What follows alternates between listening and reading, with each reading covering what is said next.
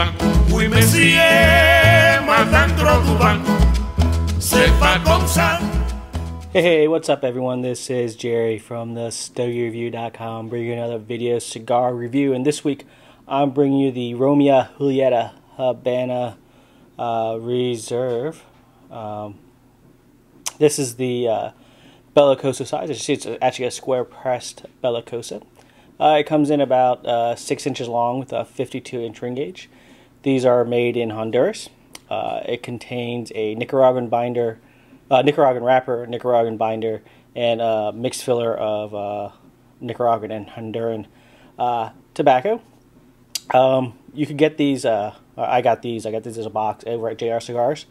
They come in boxes of odd number here, but a box of 27 will run you $95 here. So that comes out to be about a little over $3.50 per cigar if you're buying by the box. So if you're buying them an individual, you'll probably see them for about that mid-range of that mid $5 mark there at your local B&M. I've had a few of these before, and you know, they're pretty decent cigars, but you know, we'll see what this review has in store for us. So I'm going to take a few minutes, gather up all my gear. The video might look a little, I'm not sure how the video is going to look playing around here with some new lights and that don't put off any heat.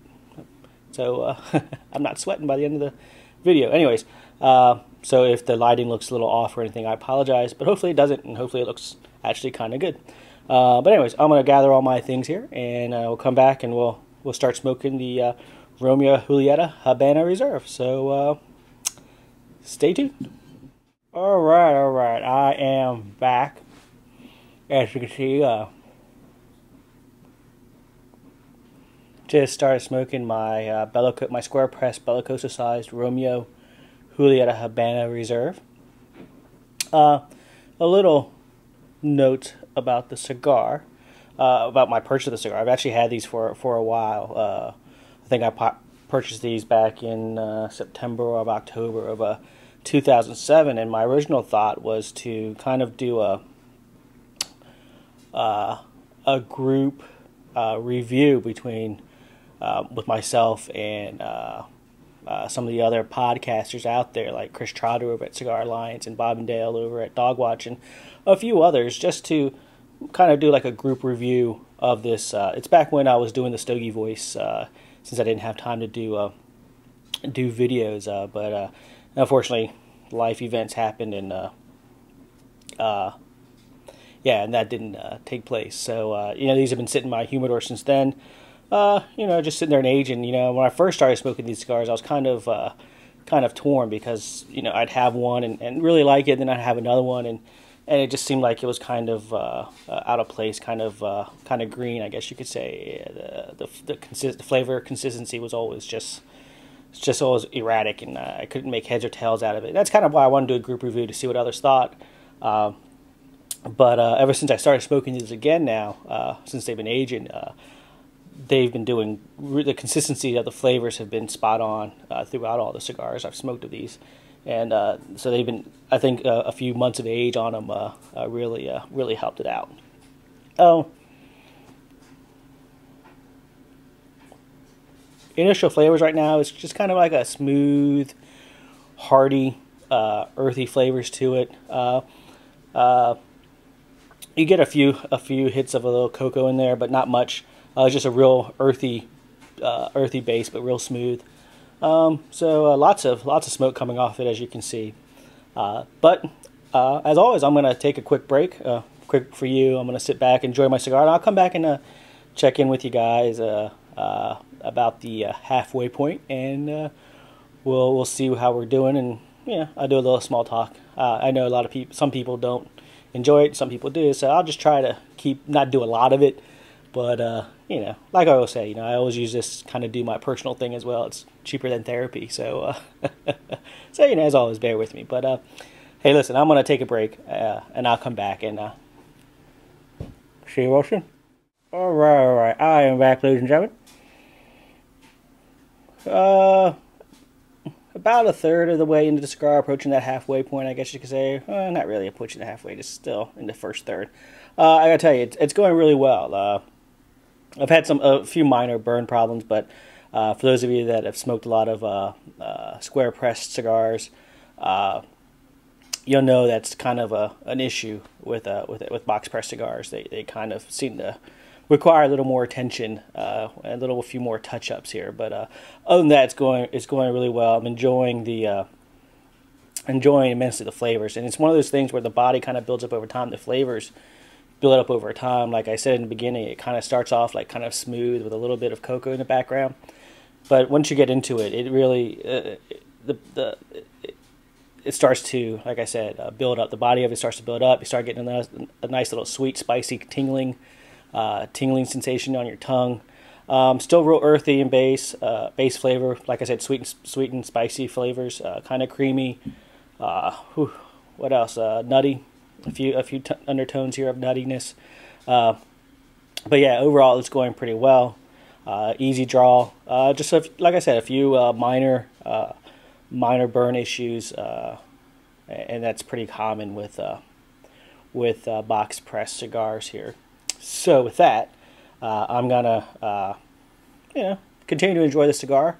I'll come back and we'll do a little small talking then. I don't want to do too much, like I said earlier, but yeah, so far the Habana Reserve by Romeo y Julieta is going great. Like I said, it's the Bellicoso size, but it's going really well.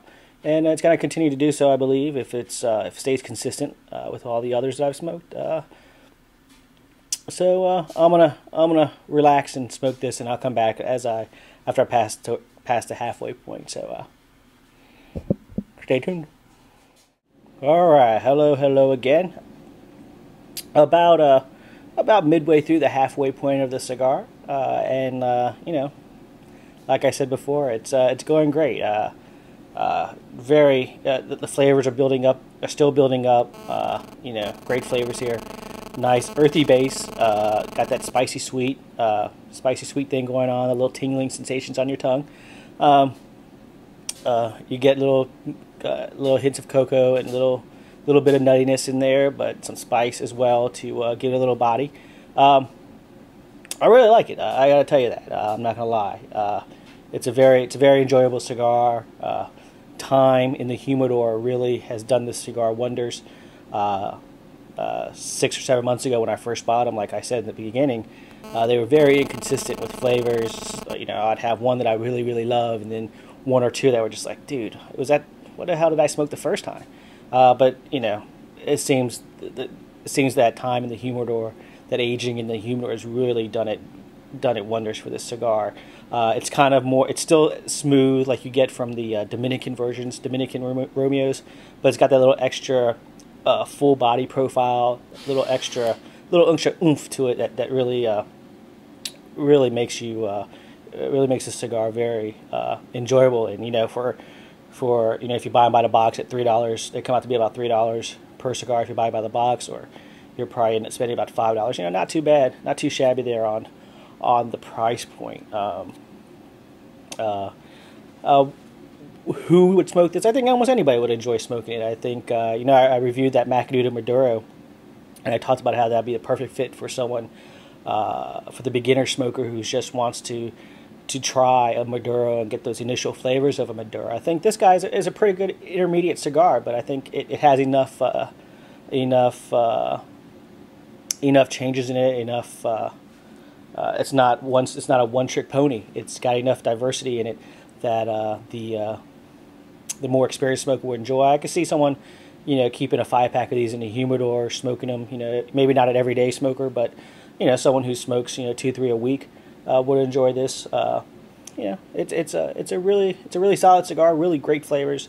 I think most people would like it. I think, like I said, it's a little more full body than your Dominican Romeos, but it's fuller body, but that same smoothness that you get in those Dominican Romeos.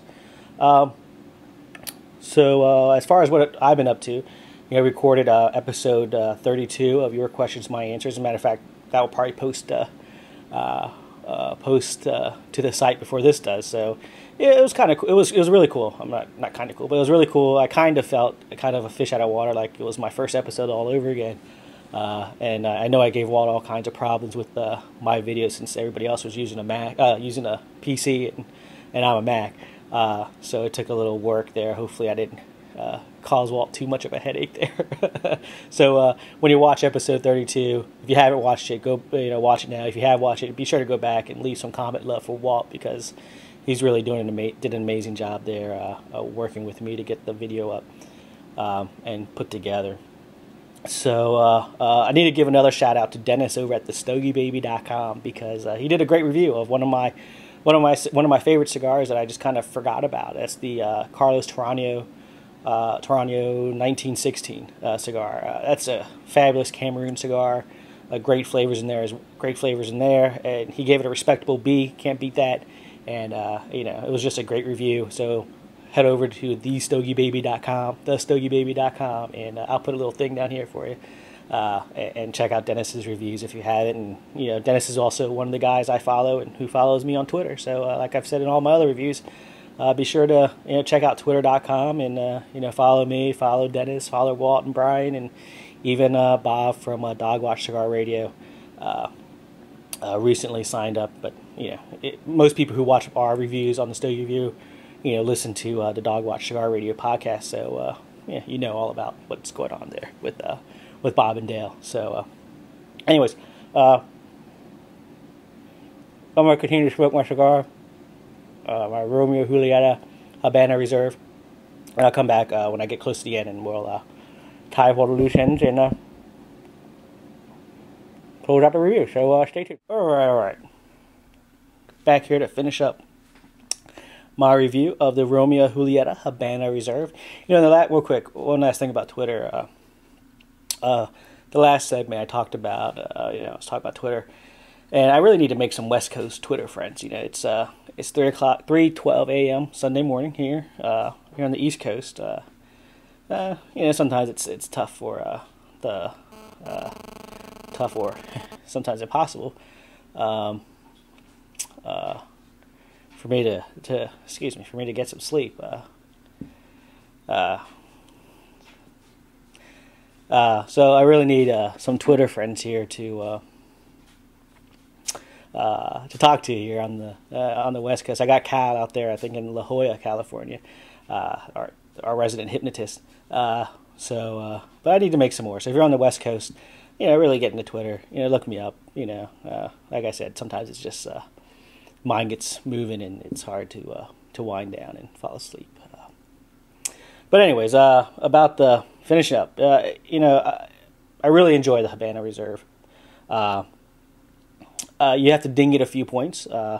It does require some babysitting. You got to ding it some points for the burn. It's an erratic burn, like I said. You got to babysit it. You got to have your Mega Pump 2000 or equivalent standing by and ready to touch this guy up. I also have to ding it and make it lose some points for the ash.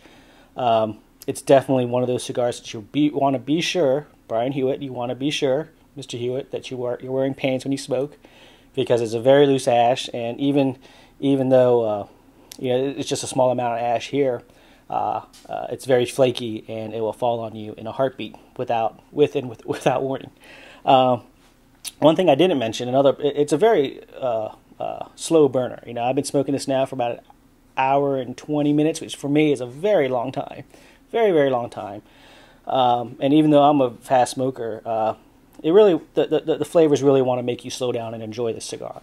I think with the flavor profile of this cigar, it really makes the cigar worthwhile and really makes it worth the extra babysitting that you have to do. When you factor in the price tag of $3 to $5, depending on how you buy it, whether by the box or by the single, it's you get some really great flavors for the amount of money you're spending here. Probably if you try the different sizes, I think it's available in 4 other sizes. You probably won't have the burn problem that I talked about. The burn problem I talked about. It's a pretty common problem with box press cigars. So, anyways, that's about gonna do it for the Romeo y Julieta Habana Reserve. It's a fantastic flavors. Not in that wow category. It's not a wow cigar, but it's a very good cigar, very solid cigar. If you've always shied away from Romeo y Julietas because they didn't have enough body for you, like I said, it's a fuller body version than the Dominican Romeo. So it might be worth giving a try. If you've previously shied away, it might give you a reason to try a Romeo Julieta again. With that, I'd love to tell you what I'm going to review next week, but I really don't know. So many things still in the works.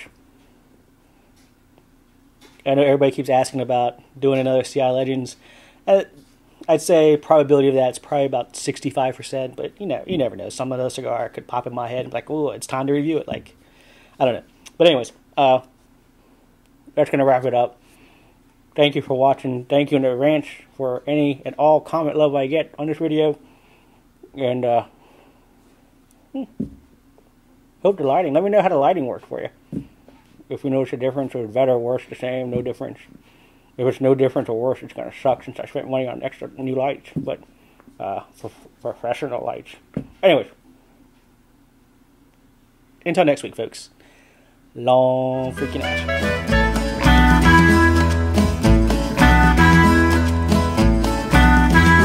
Francés, oui parler français. Voy a trabajar, oui parler français. hay que cosechar, oui parler français. para alimentar, oui parler français, oui parler français, oui parler français. Dis-me la salombi, buen monsieur. Bonsoir, messieurs.